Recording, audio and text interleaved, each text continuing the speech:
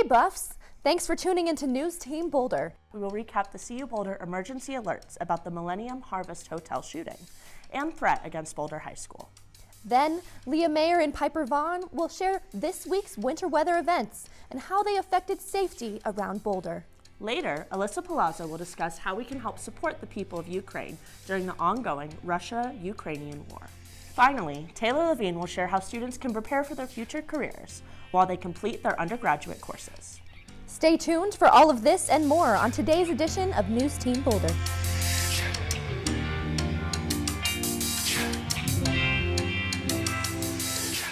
Hello and welcome to NewsTeam Boulder. I'm Alyssa Palazzo. And I'm Tessa Stigler. Boulder, it has been a week, with a winter storm that made traveling dangerous and difficult to 2 different gun-related incidents right outside of campus. Students, staff, and parents are shaken up. It was a scary start to the school day for students, parents, and staff at various high schools around the state. On Wednesday, Boulder High School, located steps away from the CU Boulder campus, was one of 9 schools that received an active shooter threat shortly before the school day was set to begin. Boulder Valley School District now believes that the district appears to be the latest victim of something called swatting. NewsTeam Boulder's Megan McPherson has more. Boulder is no stranger to the impacts of a shooting threat. Nearly 2 years ago, 10 people lost their lives when a gunman walked into this King Soopers on Table Mesa. In the last week alone, 2 separate shooting incidents in Boulder. On Monday, just before 9:30 a.m., a CU police officer was driving down 28th Street here when he heard gunshots near 28th and Arapahoe. Turns out those shots fired were coming from here, the Millennium Hotel just off 28th Street. Additional officers immediately responded after receiving multiple calls of a possible active shooter. CU and CUPD immediately sent out emergency alerts to residents in the area, telling them to stay away. This is what that emergency alert looked like, received by CU students and staff, as well as any residents located near the hotel. The situation remained unclear. Less than 2 days later, another threat, this time at Boulder High School. And another emergency alert, too. The way this call came in really was authentic to make you believe that we had a real active shooter in the front of the school at Boulder High School. At this time, there is no evidence any armed person was ever at the school's campus, but that call prompted an all-hands-on-deck response at Boulder High. Students and staff hid in classrooms and restrooms as the school was put on lockdown. All of the threats made to schools across Colorado turned out to be a hoax, but police around Colorado and the students and staff inside the building had no idea if the threat was real. School resumed as normal for Boulder High students Thursday, but the number and nature of the recent shooting events in Boulder has left many in the area uneasy. Megan McPherson, NewsTeam, Boulder. The FBI Denver is investigating the threat to Boulder High School, as well as similar ones made to other institutions and organizations across the state. Soon after these events, Chancellor DeStefano released an email letter to students, faculty, and staff, offering campus support resources and ways that parents can stay up to date on future alerts and support their students through these traumatic events. It is important for students, staff, and parents to make sure that they opt in to CU alerts. Here is how you can sign up or check your account information. To update your address and get opted in to Everbridge alerts, go to your Buff Portal profile, find your account setting in the top right corner, and click Profile and Privacy. From here, you can update your address to a current Boulder one, or go to membereverbridge.net and sign up for yourself.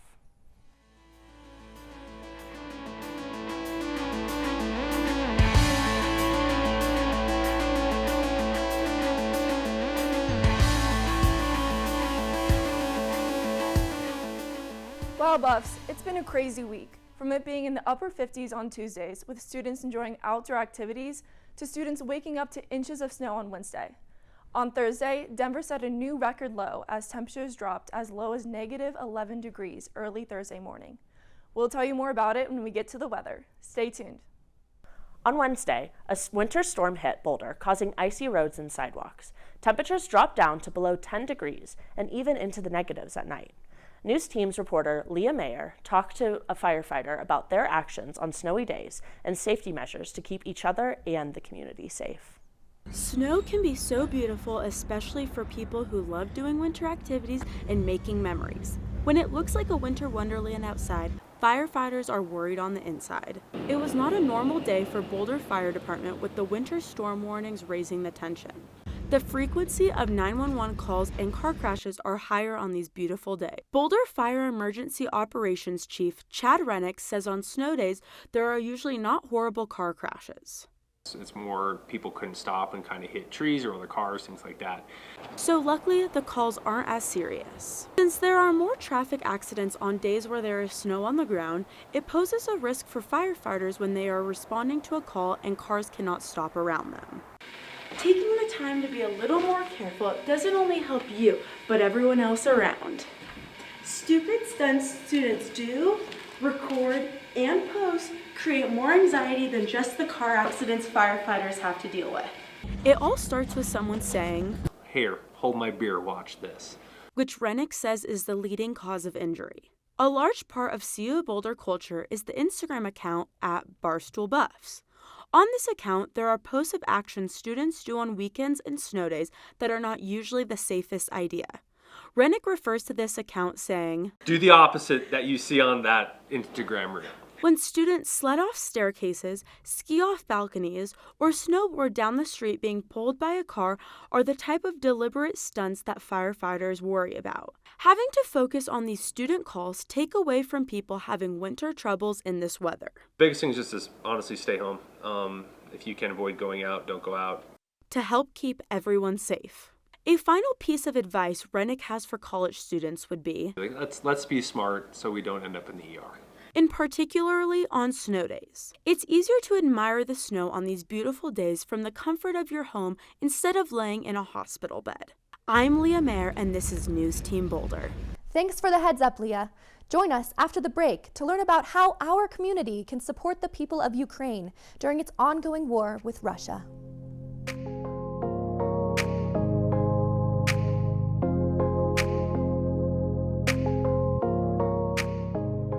The number of civilian casualties in the Russia-Ukraine war has surpassed 7,000.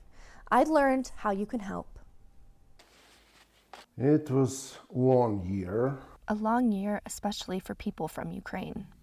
This Friday, February 24th, marks the anniversary of the Russian invasion of Ukraine. Slava Fedorochuk, a software engineer who currently resides in Boulder, often thinks of his friends and family that are still in the country. When you have time, you check news. You try to go with your day routine. Then at night, if you have some spare time and you're not checking news again, you try to do something useful. Something useful, like donating packages. 2, that's it. We pack as much as we can. In his limited free time, Slava packages donated items like old uniform pants, gloves, and medical supplies, and sends them to Ukraine. Helping can look like clothing and backpack donations, or even donuts. Through Ukrainiansofcolorado.org, you can buy a dozen Krispy Kreme donuts, and half of the proceeds will go towards Ukrainian children. It's as simple as click, drive,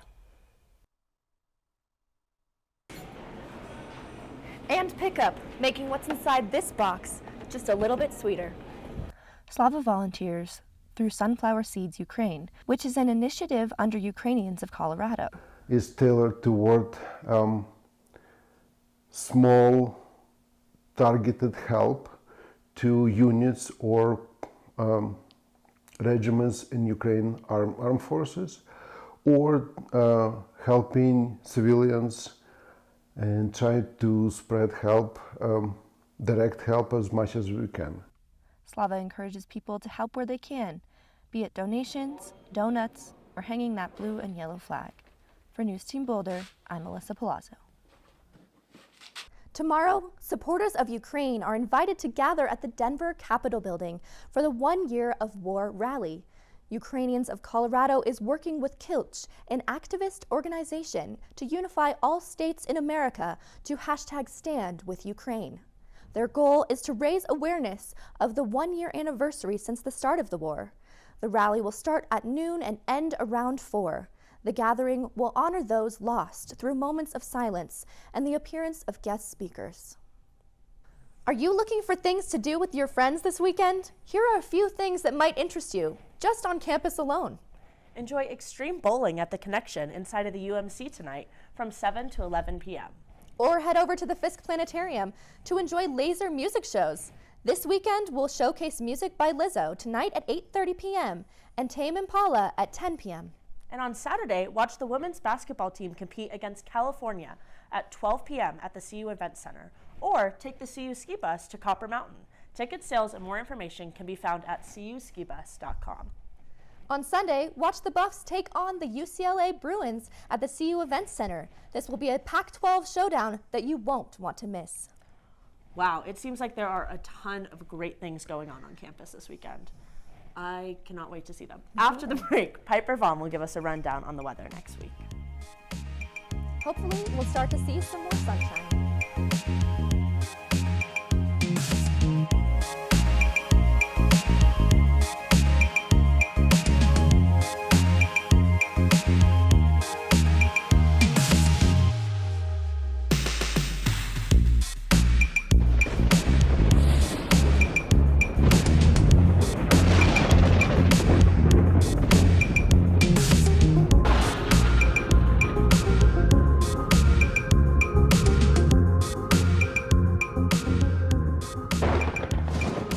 Happy Friday, Buffs! It's been a crazy week in terms of weather, from sunny, warm skies on Tuesday to students hoping for a snow day on Wednesday.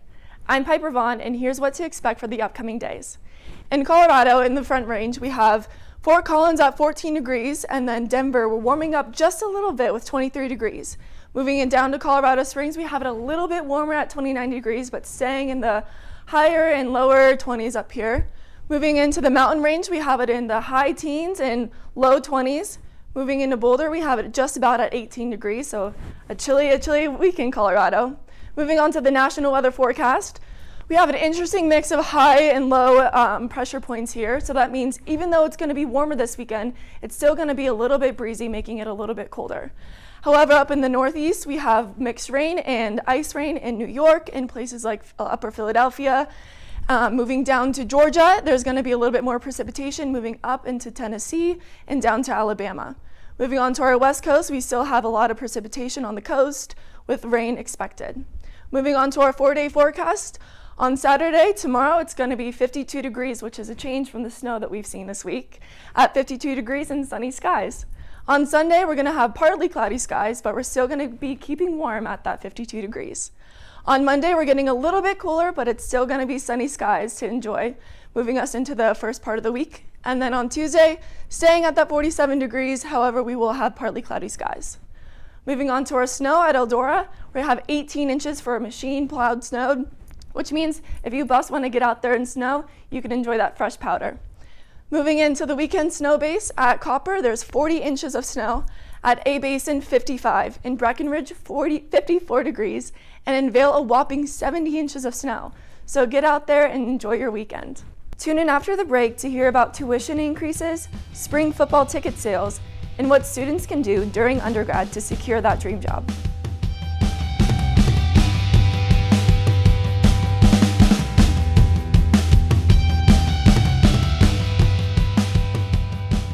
In news, all students dread may be coming. Students could be facing an increase in tuition rates in fall 2023. On February 9th, CU's financial officer, Chad Martirano, spoke to a Board of Regents meeting proposing a potential solution for the 6.4% inflation the nation saw in 2022, as well as a predicted decrease in enrollment, particularly with international students at CU. Students currently enrolled are locked in at their original tuition for the next 4 years, so no need to worry. However, super seniors and incoming students may face a 4% increase in tuition if passed. But with tuition increases also comes increases in hourly wages for student workers. At the meeting, a push for salary increases for staff to keep up with inflation was also proposed. If approved, student workers would see an increase in their hourly wages from $15 to $16. However, nothing is set in stone yet. The Board of Regents will meet again in April, where they will discuss more specifics. As the cost of college increases, it is important for students to focus on what they want to do in the future while they're studying. Becoming career-minded at the undergraduate level is something that can set you apart from your peers upon graduation. NewsTeam's Taylor Levine has more on what you can be doing to achieve this. My research project here is to study zinc and its different levels in breast cancer cells compared to normal mammary epithelial cells. Here at the Jenny Smalley Caruthers Biotechnology Building located on East Campus at CU Boulder, undergraduate integrative physiology major Mina Wachowski has a very hands-on job.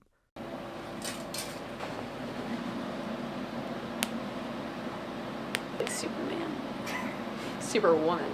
It's been shown that zinc has higher levels in breast cancer tumors, so we want to see, based off these measurements, how it's involved and relates to cancer cell proliferation. This campus research job was not something just handed to Mina, but rather something she sought out to give her an edge within the science industry that she may not have had access to otherwise. However, not every student is willing to search for opportunities like this, but it is what will make Mina stand out. I work with a lot of educated grad students and PhDs and all different types of levels in their career, so it gives me connections and makes me realize how to approach when I get to that point in my science career. It's not just what you learn in the classroom at college that will benefit you in the future, but also gaining experience to put these studies into practice early that will. It's just very different from learning in a classroom where I can apply it in person. Opportunities like this aren't hard to find. Sometimes you just have to take a closer look. Mina is helping search for the relationship between zinc and the proliferation of cancer cells, but it is no mystery how to find the experience to jumpstart your career. You just have to be willing to look. Departments on campus have resources to help get you started, including Career Services, which is designed to help students bridge the college to career pipeline. A few department-specific programs include the Career Trek program from Leeds School of Business, which allows students to engage with a variety of businesses. The College of Media Communication and Information offers the Capital Media program, sending students to DC for first-hand internship experiences within the media industry. I found this research lab actually through my brother. He told me that I could just look on the biochemistry portal, and so I looked at the different labs, found the ones that interest me based off the research projects. Taking the initiative to find work in your field prior to graduation will only benefit you in the long run. Look through different websites, especially under your major. There's so many things on the CU portal that will direct you to what you need to see. For NewsTeam Boulder, I'm Taylor Levine. CU Buffs have sold over 30,000 tickets to the April 22nd football game, already breaking the attendance record. The spring game will be the first under new head coach Deion Sanders and is the first time patrons will have to pay for admission to Folsom Field.